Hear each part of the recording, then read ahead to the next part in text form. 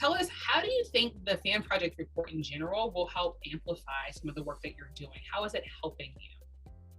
Well, the report was fantastic and well timed too, super helpful to us. We just launched the We Are Team USA campaign in lead up to Tokyo and Beijing, and we're really leaning in both in digital and social on those, the dimension of Team USA athletes both on and off the field.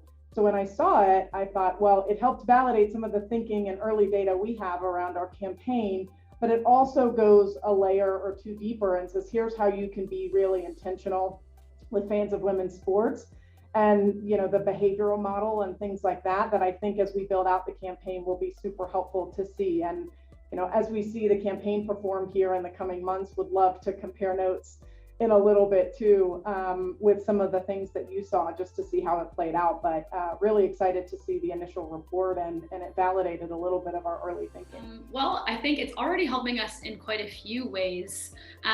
The biggest thing for us out of the Fan Project has really been how we've had a lot of hypotheses about the space, a lot of kind of inklings and directional thoughts on where there's demand and what a more diverse fan is looking for, and kind of where there are gaps in the industry, and kind of where the industry is heading, and how, fans are consuming media in different ways, interacting with sports and athletes in different ways. But a lot of it has been exactly that, hypotheses.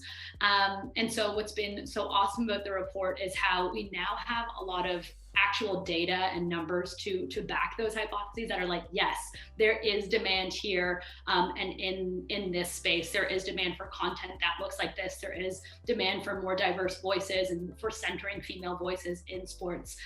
So that's been huge for us, just in really everything we do, to have the actual data to kind of back up really what we're all about.